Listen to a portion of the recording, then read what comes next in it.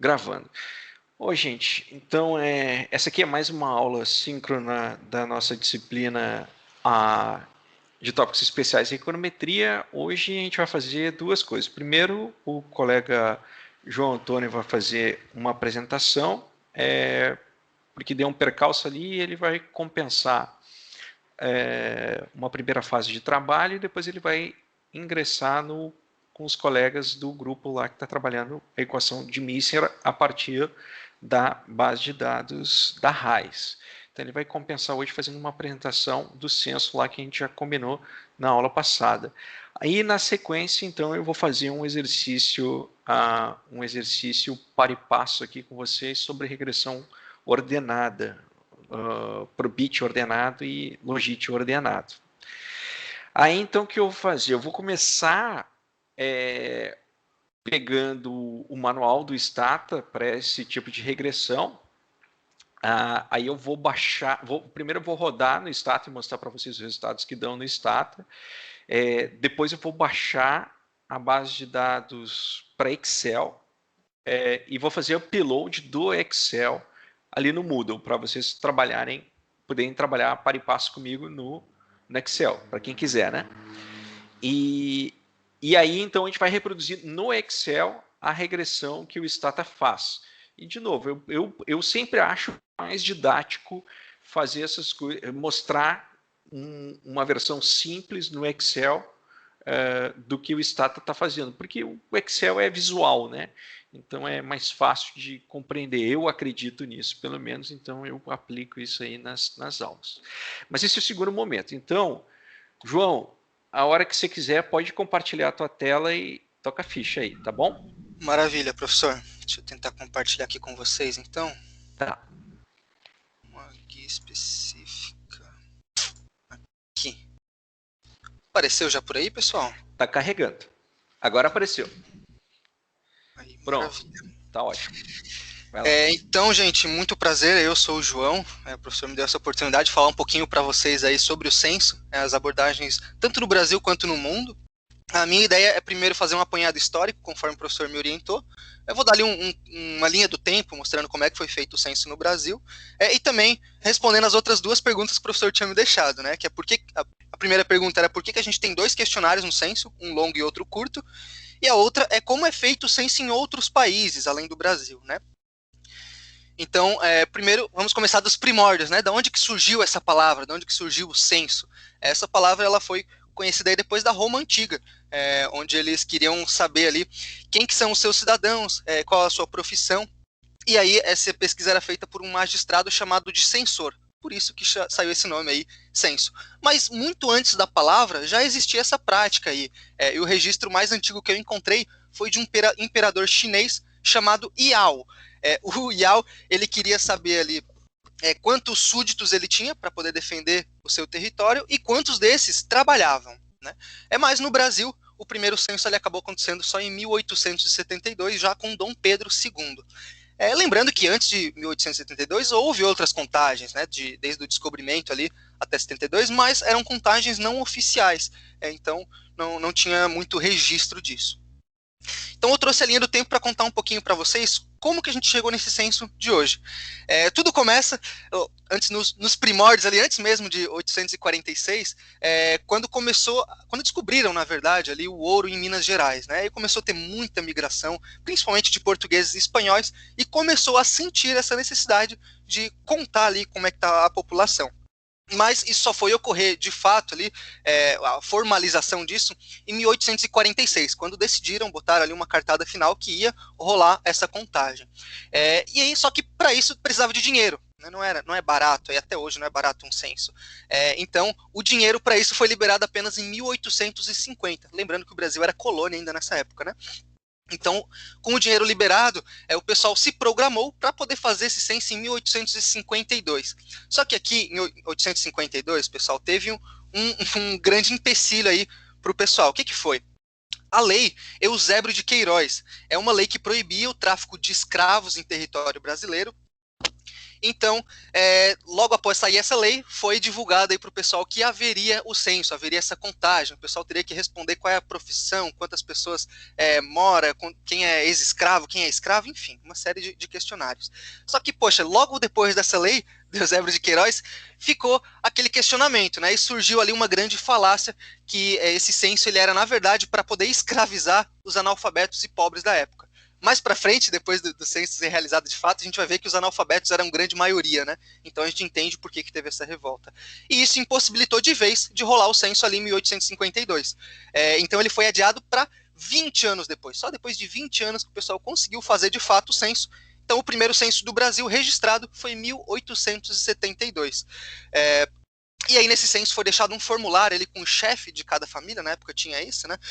E aí foi apurado ali quem tinha na família, quantas pessoas trabalhavam, qual era a profissão e tudo mais.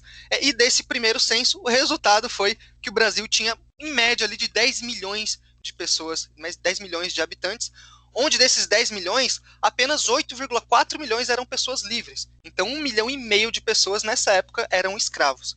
E ainda, desses 10 milhões, 8,5 milhões eram analfabetos. Então, como a gente pode ver, né, ali o medo do pessoal de escravizar os analfabetos é porque a grande maioria era analfabeta, mais de 80% da população era analfabeta. E apenas 1,4 milhões de pessoas sabiam ler e escrever. Ainda outro dado interessante é que 62% das pessoas eram negros e pardos, e só 38% eram brancos nessa época. Em 1880 não teve censo. Já em 1890 foi realizado o primeiro censo já da República. Então, um ano antes já tinha sido a proclamação da República, né? Então já teve um grande censo aqui. E aqui houve uma série de complicações, principalmente uma demora ali na divulgação dos dados, né? Por ter muita dificuldade em compilar os dados nessa época. Já em 1900 houve outro censo, sim, só que esse foi marcado por protestos, foi um censo bem conturbado, principalmente no Rio de Janeiro, que o Rio de Janeiro era a nossa capital na época, né, era o Distrito Federal do Brasil, então o pessoal duvidava muito da confidencialidade desses dados. Já em 1910 e 1930 não teve censo, porque desde essa época já tem aí as adversidades políticas, né? Não é de hoje que o Brasil enfrenta isso. Então, nessa época, as adversidades políticas impediram a realização do censo. Mas nesse meio tempo, em 1920, teve sim um censo. E esse censo foi constatado aí que o Brasil já passava dos 30 milhões de habitantes. E ainda nessa grande maioria eram estrangeiros. A grande maioria tinha migrado para o Brasil. E aqui já foi um censo com mais detalhes, um pouquinho mais organizado, né? Já em 1940, teve um outro recenseamento, e aqui já entra o nosso querido IBGE. Então, a partir desse momento é que o IBGE começa a apurar esses censos, né? O responsável, o Instituto Brasileiro de Geografia e Estatística. Já em 1950, o IBGE ele realizou novamente um censo, e aqui ele já propôs ali padrões internacionais de contagem, né? Então foi muito importante, principalmente porque nessa época estava tendo, foi utilizado esse censo para planejamentos ali de planejamento econômico, para transformação industrial, que estava muito em alta na época. Já em 1960, e aqui eu já vou começar a responder, uma das perguntas do professor, que teve uma inovação no censo dessa época.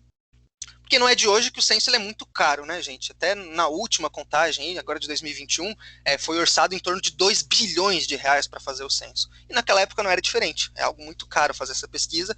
E o pessoal não estava tão bem das pernas, precisou inovar para baratear aí, para melhorar os custos do censo. Então foi a partir de 1960 que um questionário longo foi dividido em 2 questionários. Um questionário mais curto, mais enxuto, que seria para toda a população, e um segundo questionário um pouco mais longo, mais amplo, que ia ser realizado apenas com uma amostragem da população. Então, a cada 10 famílias, 9 recebiam o questionário mais curto e uma recebia um questionário um pouco mais longo. Isso perdura até os dias de hoje, tá, gente? E em 1970, já foi um censo que em todos os canais de pesquisa aí que eu fiz, todos falaram que aqui era um divisor de águas do Brasil, né?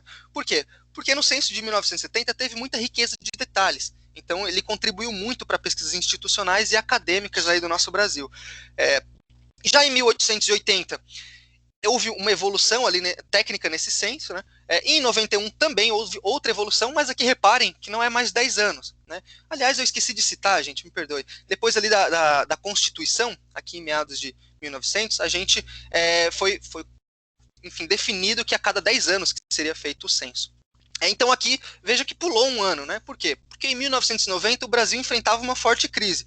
É como eu já falei para vocês, o censo ele não é tão barato, então ficou inviável financeiramente de fazer em 1990, sendo realizado apenas em 91.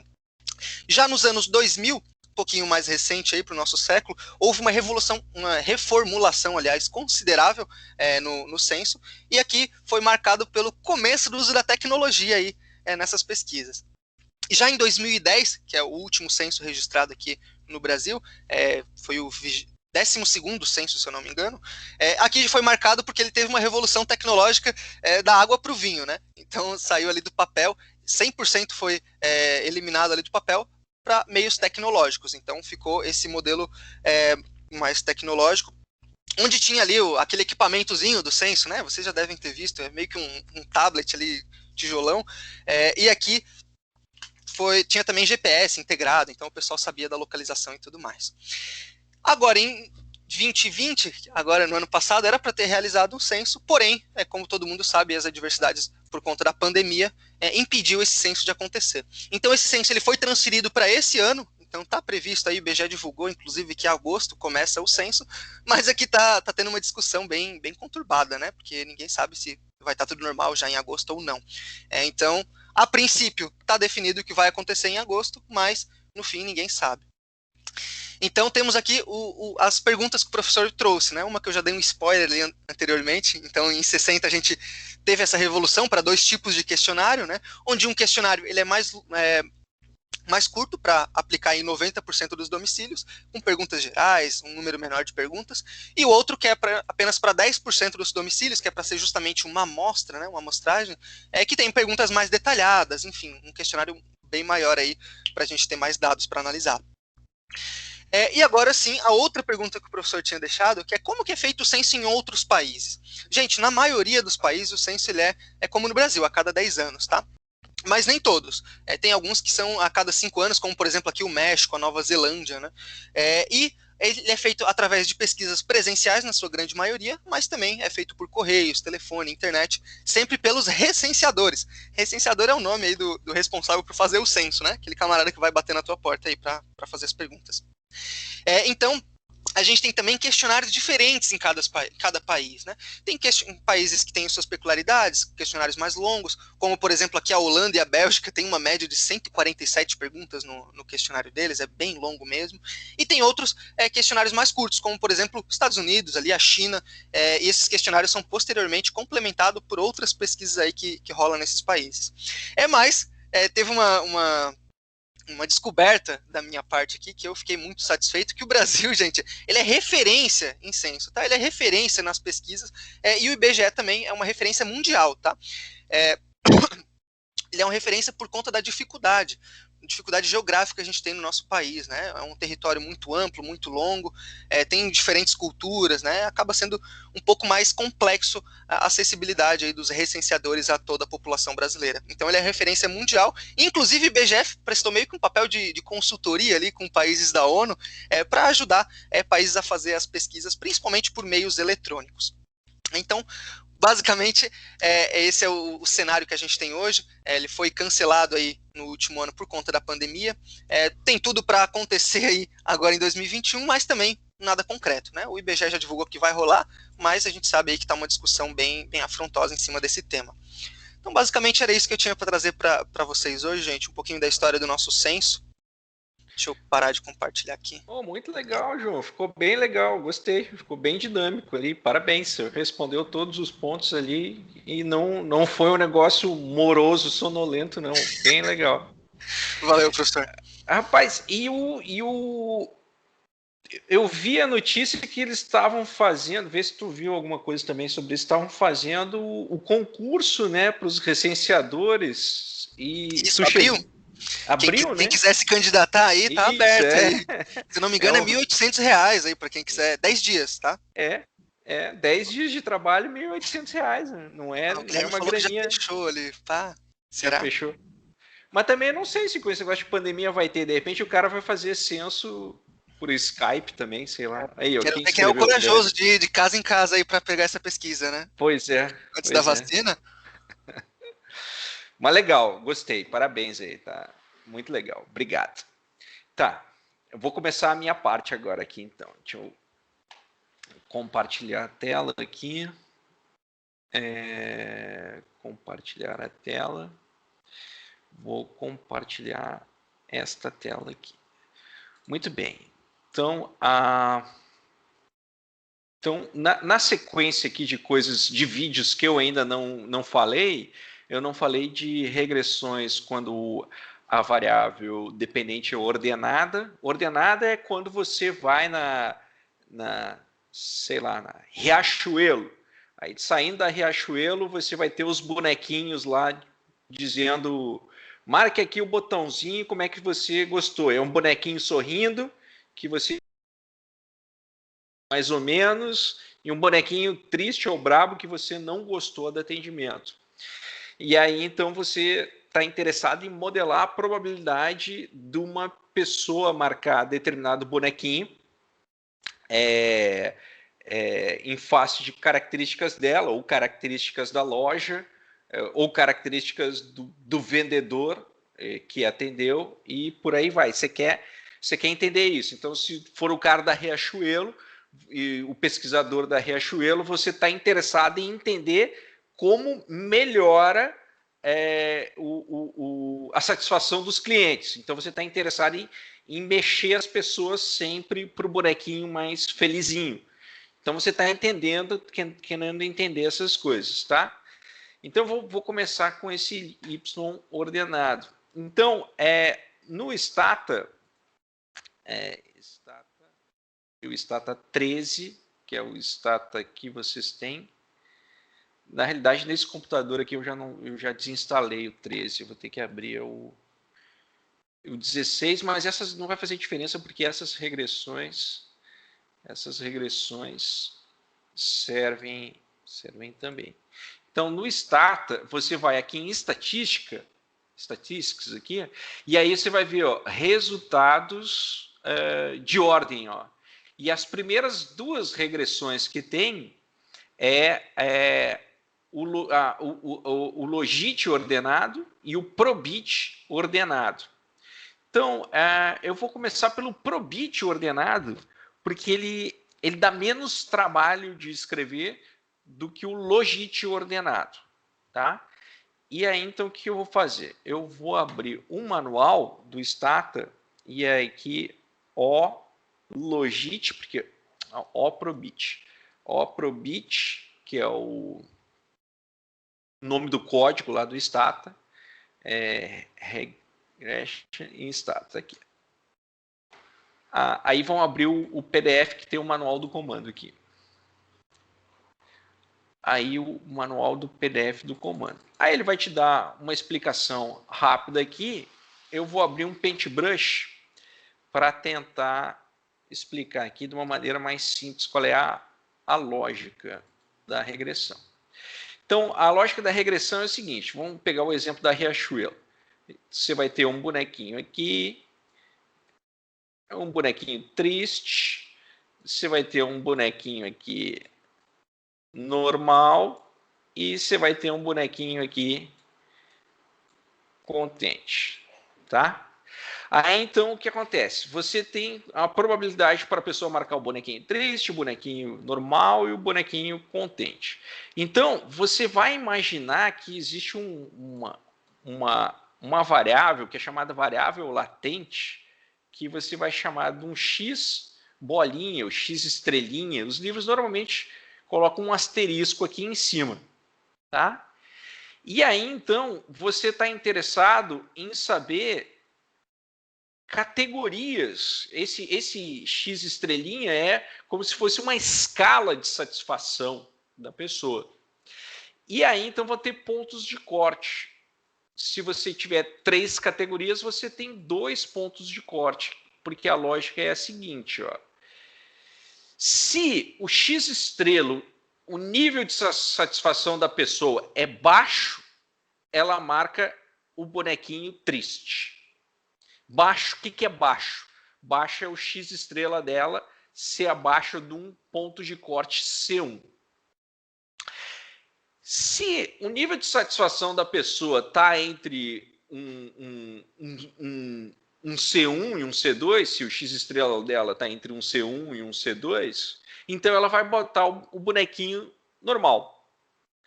Agora, se ela estiver muito, muito satisfeita, que é tá com um nível de satisfação acima de um C2, aí então ela marca o bonequinho contente. Então perceba, você não observa quem é X estrela, você não observa quem é a satisfação, a unidade de medida de satisfações das pessoas. Você só enxerga se as pessoas marcam bonequinho do tipo 1, 2 ou 3, só isso, né? Então, nessas circunstâncias é que você vai usar um logit ordenado ou um probit ordenado, tá? Então, ele tem aqui no manual ele dá umas explicações aqui de como fazer as interpretações e coisa e tal. Para baixo vai ter as notas técnicas aqui, tá? Eu vou tentar me prender mais na intuição em replicar um exercício. Então, o que acontece? Eu vou pegar a base de dados primeiro, que essa... Na realidade, eu vou pegar a primeira, que é a dos carros, que é mais intuitiva. Deixa eu ver aqui qual é que ele usa. Tem uma que é dos carros. Sobe mais. Está aqui. Vou copiar aqui. Aí vou lá para o Stata. E vou pedir para o Stata puxar lá da internet a base de dados. Pronto, puxou. Aí, na sequência, olha só, ele dá um tab, nessa variável rep78, que é o nível o estado do carro, tá? É essa.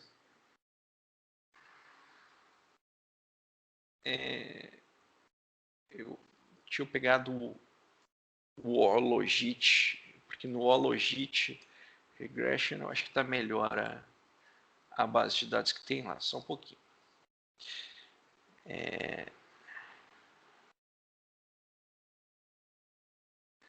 Vamos ver essa base de dados aqui. Essa aqui, vamos lá, exemplo. Description of the data. Exemplo 3. Vamos lá, então, exemplo 3. Um estudo, ele procura entender quais fatores vão ajudar lá o cara a aplicar na graduação, a aplicar lá para o college, lá para a universidade. Tem outros aqui, mas o que eu fiz mais cedo era um mais tranquilo aqui, que agora eu não estou achando, eu acabei nem salvando ele. O que eu fiz era onde tem o PDF, tá aqui. Esse daqui. Esse daqui. Pronto, esse daqui. Esse daqui. Copiar. Dar um clear. Clear. All. E vou puxar a base de dados aquela daquele estudo. Tá. Então, vamos ver o que ele está dizendo. Ele está dizendo aqui que você tem um nível de qualidade do carro, tá? O nível de qualidade do carro é poor, é ruim, fair, coisinha que não tá bom, mas melhor que o poor. Na média, good, e o excelente, o nível de estado do carro. Você tem uma classificação dos carros, tá? Então, nessa classificação dos carros, o que você vai ter aqui? Você vai ter, não salvar, você vai ter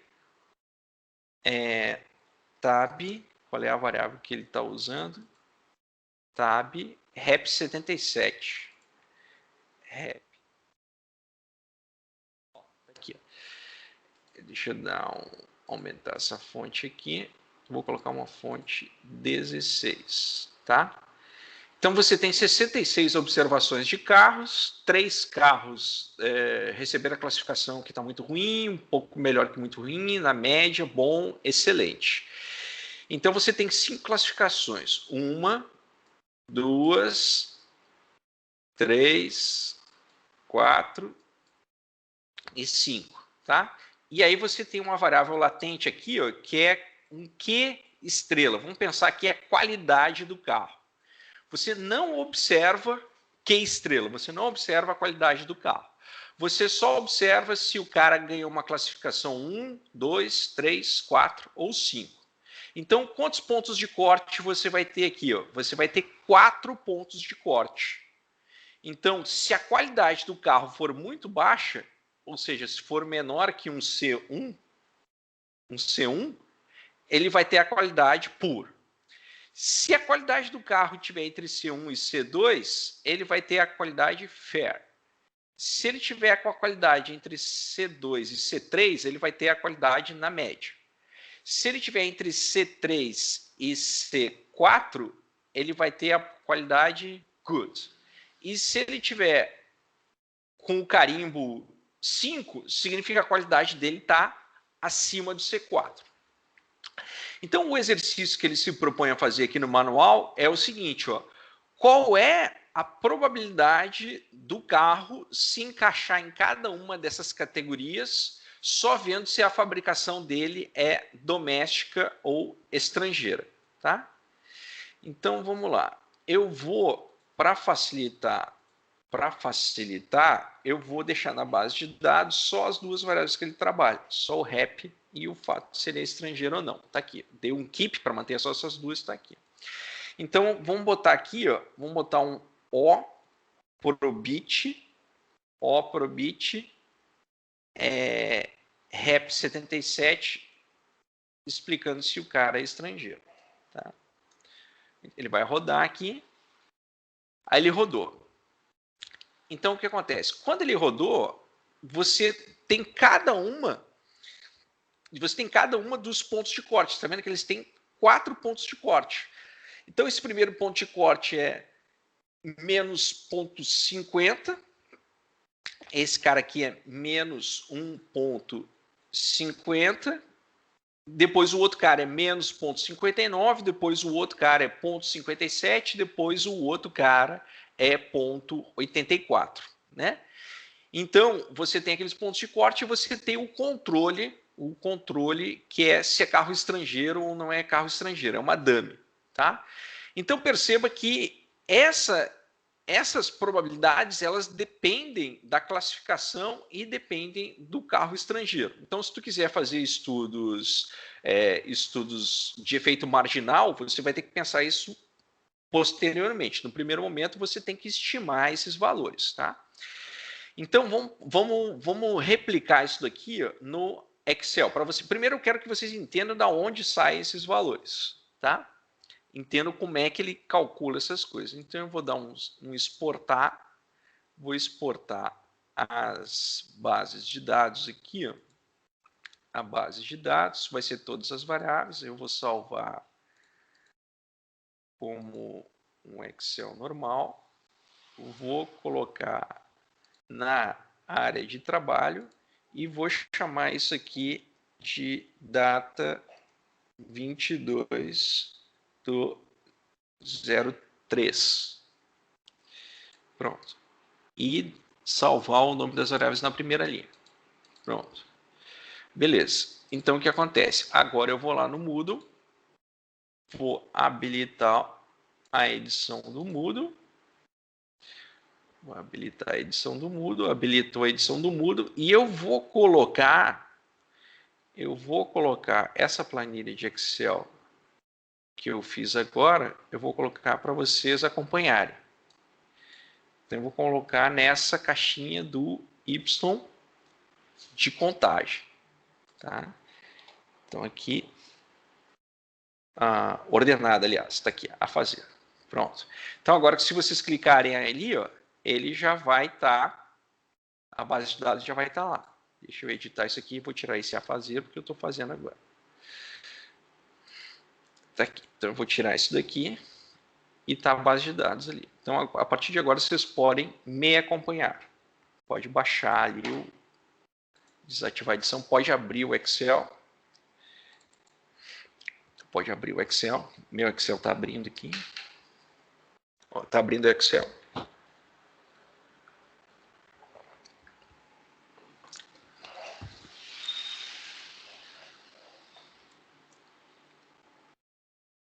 Está demorando um pouquinho para abrir. Abriu. Pronto. Então, o que acontece?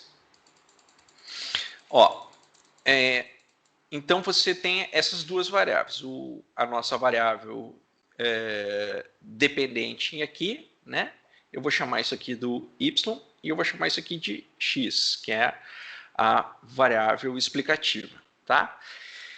Então, vocês estão vendo que não tem nada de número aqui, né? É só categorias, tá? Então, num primeiro momento aqui, ó, eu vou levar isso aqui para o lado. Vou levar isso aqui para o lado, tá? Vou trabalhar esses dados. E eu tenho que montar quais são as categorias. Então, o que eu posso fazer? Eu posso dar um Ctrl+C aqui e dar um Ctrl+V aqui na letra F. E agora eu vou remover as duplicatas. Remover as duplicatas. Onde é que remove as duplicatas? Aqui, dados. Remover as duplicatas. Beleza, ficam esses valores aqui. E eu só vou checar se é essa escala que ele usa, que eu tenho quase certeza que o por é o piorzinho, depois é o fair, depois é a média, good e o excellent. Então esse cara aqui é 1, 2, 3, 4, opa, 4, 5. Beleza. Então, o que eu vou botar aqui? Eu vou montar a base ali ainda. Vou dar um proc, um proc-v, vou dar um proc-v, que é se esse cara aqui coincidir, como é que é? F4 aqui, coincidir com o valor que está na coluna, não, como é que é? Valor procurado, matriz ou coluna, está lá, é para recomportar o cara que está na coluna 2, só se for a correspondência exata, 0. Pronto, 1, 2, 3, pronto. Ali vai dar ND porque ele está em branco, né? E o X é uma dummy para quê? É 1 se for estrangeiro, né? Então, vamos lá. Se isso daqui for igual a estrangeiro, dá um F4 aqui. Então, marca 1, caso contrário, marca 0. Beleza. Então, tá aqui. Beleza, aqui agora eu já tenho minha base de dados. Então, eu já posso abrir uma outra aba aqui. Vou copiar minha base de dados. Vou chamar isso, vou colar ali, né?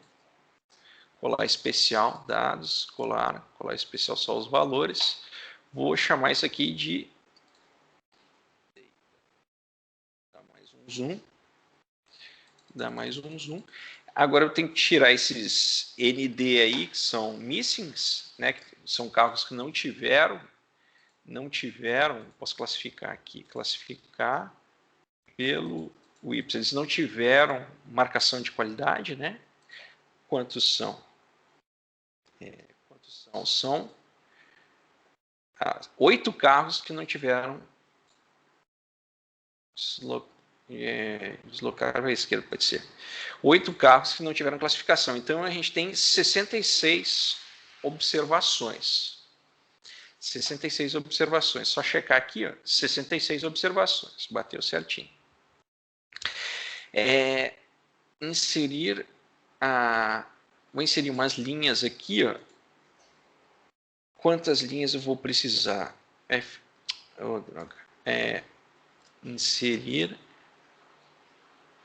Inserir linha. Eu tenho que inserir quantas linhas? Eu tenho que inserir quantos parâmetros eu preciso? preciso de 5 parâmetros, né? 4 pontos de corte e o deslocador para dummy se o carro é estrangeiro ou não. Tá aqui, eu preciso de 4 pontos de corte e o deslocador. Então eu preciso de umas 5 linhas aqui. Inserir, linha inteira, F4, F4, F4. Então esse aqui vai ser o primeiro ponto de corte, o C1. Aqui eu vou botar o C2, aqui eu vou botar o C3, aqui eu vou botar o C4 e aqui eu vou botar o beta. Tá? E vou botar uns valores quaisquer aqui. Tem que ficar na ordem, né? O C1 tem que ser menor que o C2. Então esse cara aqui vai ser menos 0,5. Esse cara aqui vai ser 0. Vou chutar uns valores quaisquer aqui, né? E esse cara aqui então vai ser 1. E o beta vai ser, sei lá, 1. Tá? Deixa eu salvar isso aqui, se travar, dá alguma coisa. Então, o que eu tenho que calcular aqui? Eu tenho que calcular agora, vamos voltar para o Paintbrush, eu tenho que calcular todas essas probabilidades aqui. Então, o que acontece? Deixa eu apagar aqui, vou apagar isso daqui. Tá? O que acontece? Você vai ter uma densidade de probabilidade aqui em cima, né? Opa! Você vai ter uma densidade de probabilidade aqui em cima. Tá? Então, se você integrar toda essa densidade de probabilidade, de menos infinito para mais infinito, vai dar 1. É característica da densidade de probabilidade. Se você integrar essa probabilidade de menos infinito até esse ponto de corte 1, isso daqui vai ser a probabilidade do cara dizer que o carro é ruim. Se você integrar essa densidade de probabilidade entre o ponto de corte C1 e C2, isso daqui vai dar a probabilidade do cara dizer que o carro é fair. Se você integrar essa densidade entre C2 e C3, vai te dar a probabilidade do cara te dizer que o carro é good. Se você integrar agora, a probabilidade aqui é 4. É 4 a probabilidade. E aqui você não precisa mais integrar, né? Aqui basta pegar a acumulativa. Então, 1 menos a acumulativa até C4, opa, essa aqui é 5, vai te dar a probabilidade dele ser 1. Então, vamos calcular aqui, ó, a gente tem que calcular P1, P2, P3, P4 e P5. Tem que calcular exatamente esses caras aqui, ó, P1, P2, P3 e P4. Então, quem é que vai ser? Então, você vai aqui no Excel, aí você vai em função matemática e estatística. Função estatística. Aí você vai procurar aqui normal. Já que é um probit, então você está baseando numa distribuição normal. Opa. Então, você vai aqui em normal.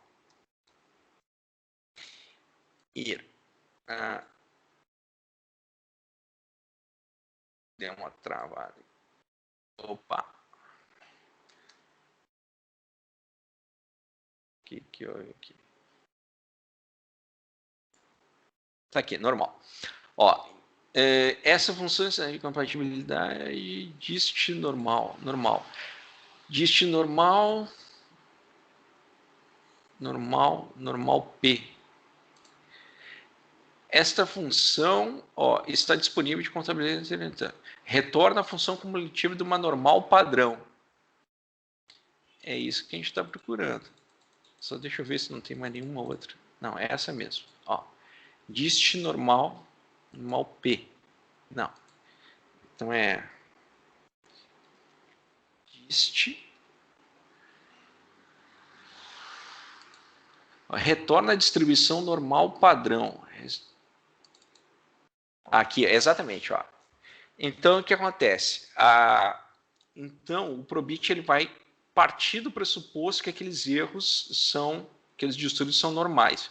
Então, quem é que vai ser isso daqui? Isso que vai ser primeiro ponto de corte, este cara aqui,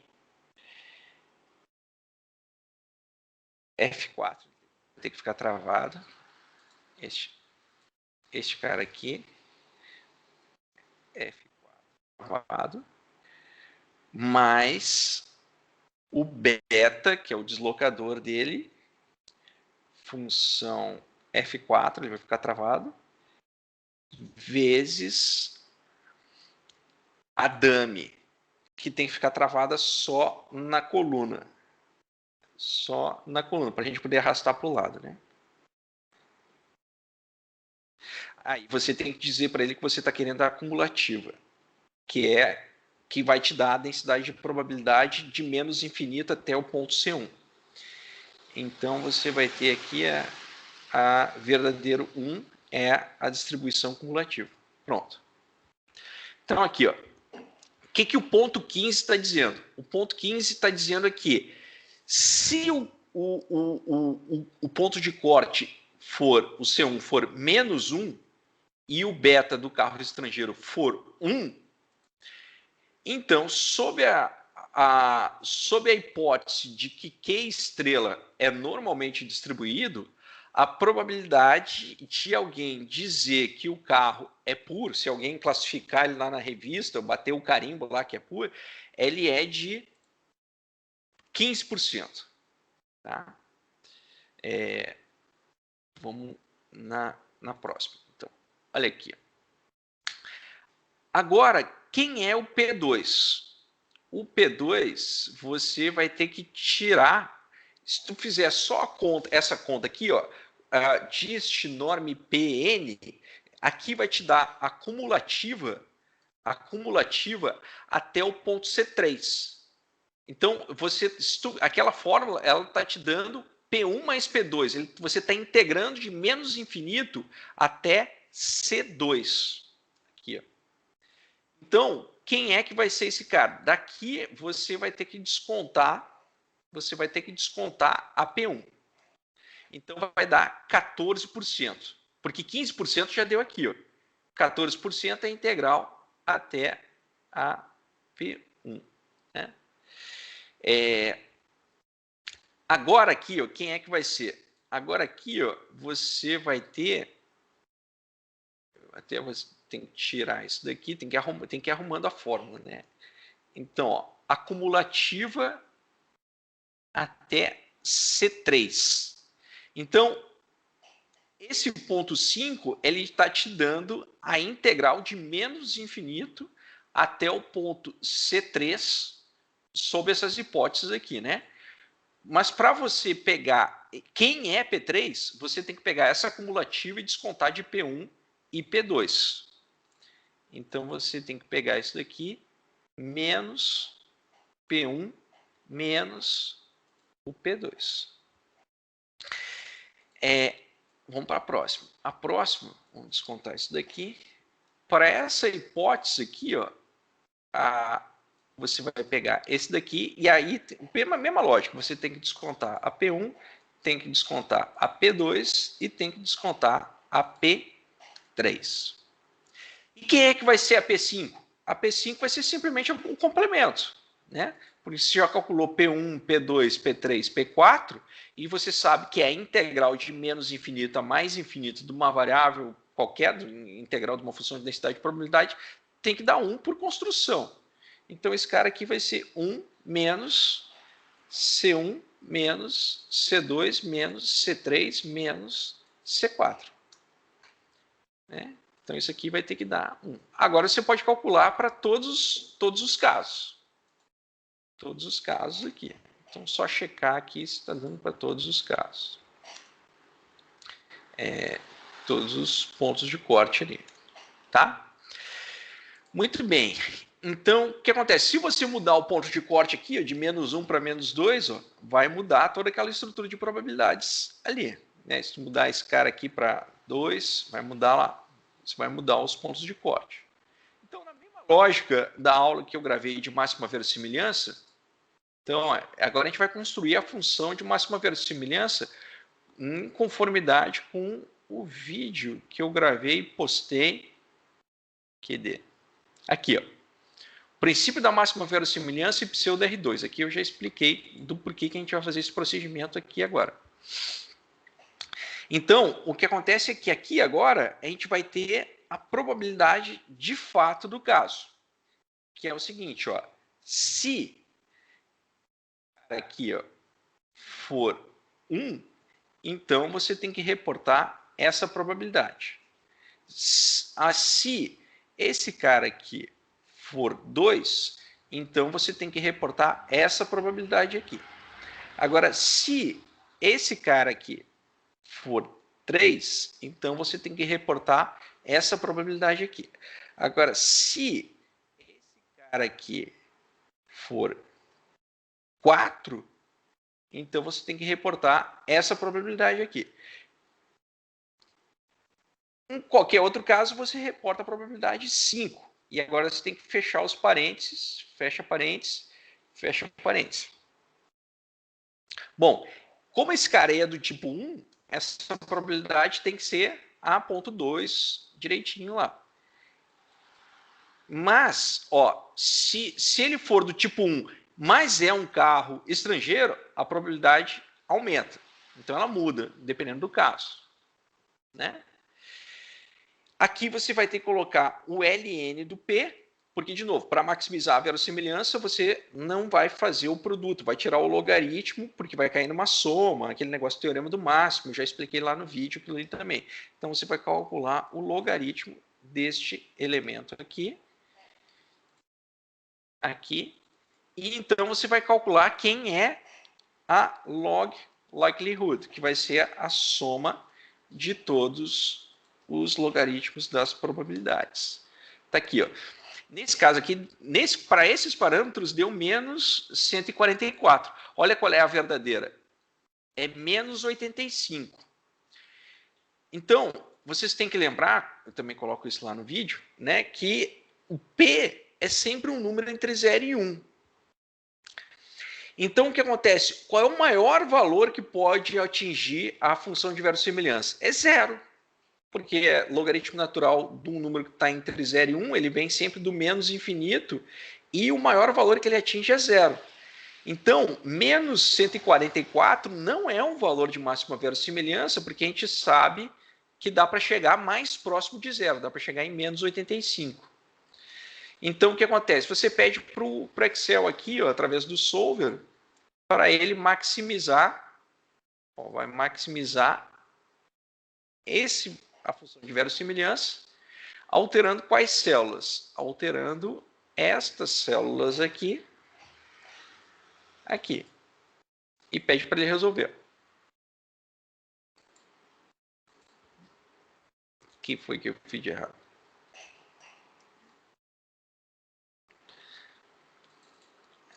Ele colocou algum valor que foi para menos 1 aqui, 0, 1 aqui. Vamos substituir com os valores daqui os valores que são de fato. Vou copiar como tabela. Tá? Então, este beta aqui é o 0,84. E este cara aqui vai ser o menos 1 e os outros pontos de corte. Menos 121. Então, o que acontece? Eu fiz alguma coisa errada aqui em algum outro lugar. Deixa eu checar isso daqui. Normal.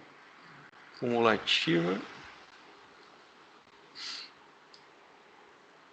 É acumulativo. Normal cumulativa. E você tem que tirar a anterior, C4.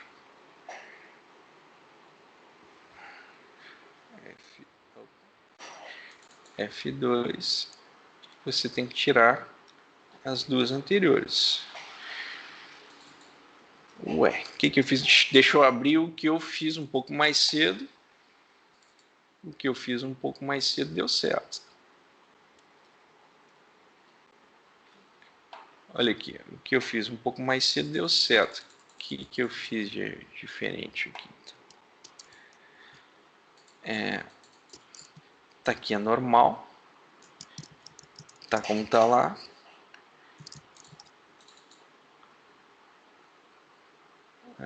Normal. Menos C4. Menos tira os dois anteriores.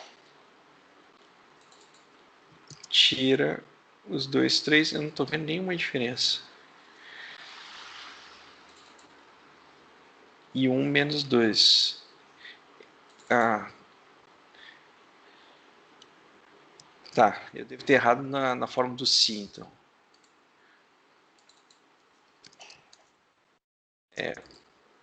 Devo ter errado aqui nesse si aqui. Tá, vamos fazer o seguinte, eu vou fazer o upload aqui dessa ordenada, que é a que já está pronta, que eu sei que funciona, tá? Então, vai ser mais fácil do que eu sair para corrigir aqueles cis ali, porque é bem fácil de se perder neles. Deixa eu ativar a edição aqui. Vou baixar aqui. Vou baixar aqui e vou colar o que deu certo. Que esse Y categórico ordenado. Então, vou colocar aqui. Fazer o upload para vocês, vocês vão ter. Aí já vão ter a planilha minha que eu botei a fórmula certinha. Bom, nessa daqui, ó, deixa eu apagar isso daqui, deixa eu apagar isso daqui. Ó. Por enquanto vocês não precisam ver isso daí, tá? Nessa daqui, ó, aí então o que acontece? Você coloca o solver, retira essa restrição, porque ela não precisa agora, é para outra coisa que eu tinha feito. Ó, pronto, agora deu certo, era só uma questão de fórmula. Então vamos comparar aqui os valores que vêm. Deixa eu puxar isso daqui, excluir, deslocar para a esquerda, tá? E vamos ver o que o Stata calculou, tá? Que o Stata calculou. Então vamos olhar aqui, ó. Aqui e aqui, ó. O parâmetro pro estrangeiro, ele acabou trocando o sinal, mas só tem que olhar no manual, em valor absoluto da mesma coisa, ó, 84986, 84958, quando é redonda é o 56. É porque no manual ele deve estar entrando com um valor negativo, mas tudo bem, isso é só a questão de arrumar o sinal. Mas vocês veem que está batendo a mesma coisa. E olha os pontos de corte, ó. Menos 0,50, 17. Então, se você der mais casas decimais aqui, vai chegar nesse valor. Ó, 17,97, menos 5,960,51. E o quarto ponto de corte é o 5,7. E aqui o 5,84. Então, aqui, ó, eu imagino que vocês têm uma ideia, junto com a aula de máxima verossimilhança ali, vocês vão ter uma ideia de que é que está acontecendo atrás dessa caixa preta do Stata. Mas tem um outro elemento que eu quero fazer com vocês, que é esse daqui, ó, que quando a gente está fazendo mínimos quadrados, a gente tem o R2, né, que é uma medida de ajustamento da nossa regressão. Em máxima verossimilhança, a gente tem o equivalente do R2, que é o pseudo R2. E o pseudo R2, o que ele vai te informar? O quanto as variáveis explicativas estão fazendo você se aproximar do máximo teórico da verossimilhança, que é 0. E aí, então, você parte de um resultado lá da matemática que os máximos irrestritos são sempre maiores ou iguais dos máximos restritos. Então, o que acontece? O que é? Então, se você não tiver Se você não tiver, se esse parâmetro aqui, o beta 0, for 0, se não tiver como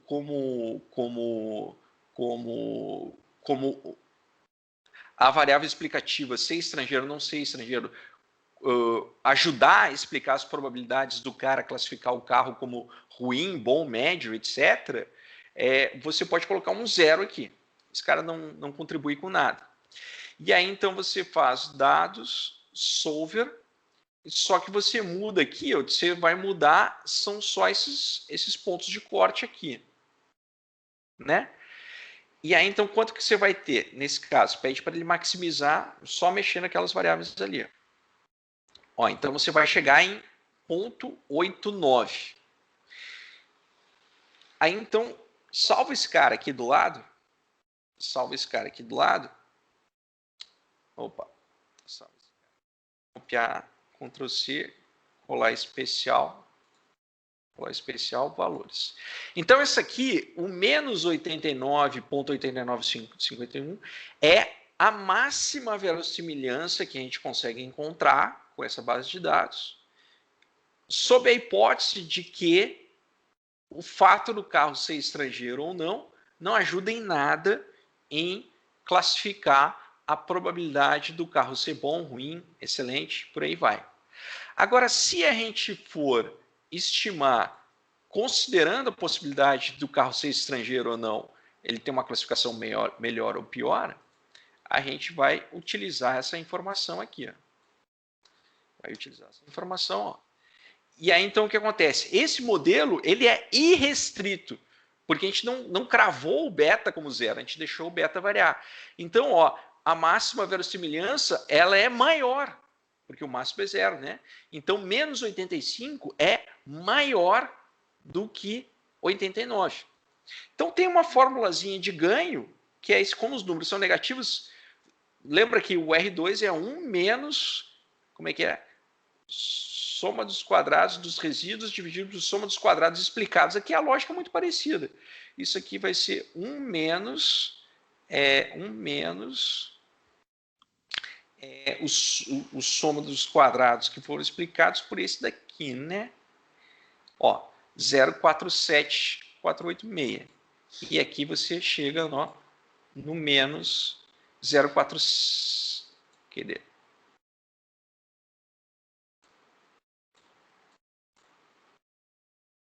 Deixa eu ver aqui do lado. Ficou grande aqui. Fonte. Vamos diminuir essa fonte aqui para 12. Ó, 0,473, 0,473. Pronto. Então, esse aqui é a explicação do pseudo R2. Então, grosseiramente, está dizendo que o fato do carro ser estrangeiro está contribuindo em 4,73% a explicação das probabilidades das classificações dos carros entre ruim, bom, péssimo, excelente. E por aí vai.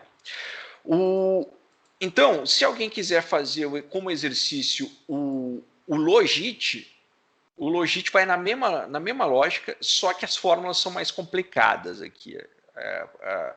Se, por um lado, quando você vai fazer um Logit normal, as fórmulas são mais simples, por outro lado, quando você vai fazer o Logit ordenado, as fórmulas vão ser mais complicadas. Então, esse daqui eu não vou fazer porque é muito fácil você se perder digitando as fórmulas, mas a lógica é a mesma. Tá? E é isso aí que eu tinha para planejar, para fazer com vocês hoje. Então, a minha ideia para a próxima quarta-feira é fazer das regressões de contagem, né? Que é você vai sair daqui por banco, essa daqui. Qual é a chance de você encontrar 0 pessoa na tua frente na fila do banco? 1 pessoa, 2 pessoas, 3 pessoas, com base, por exemplo, no horário de atendimento e por aí vai. Então, são coisas que você conta nos dedos, né? E você precisa identificar qual é a probabilidade de ter 0, ou 1, ou 2, ou poucas situações. Então, isso aqui eu pretendo fazer. E depois, esses outros aqui, provavelmente eu vou deixar com vídeo gravado. Mas é isso. Mas minha programação para hoje era essa. 19h35 agora. Dúvidas? Bom, se ninguém tem dúvida, eu vou tentar descobrir o que é o drive-thru da Leroy Merlin agora. Tá bom, gente? Então, beleza. Então, vou dar tchau para vocês e eu vou fazer o upload do vídeo que foi gravado aqui. Beleza? Valeu, um abraço, se cuidem. Boa noite. Depois eu posto aqui e conto para vocês como é que foi lá na Leroy Merlin. Abraço.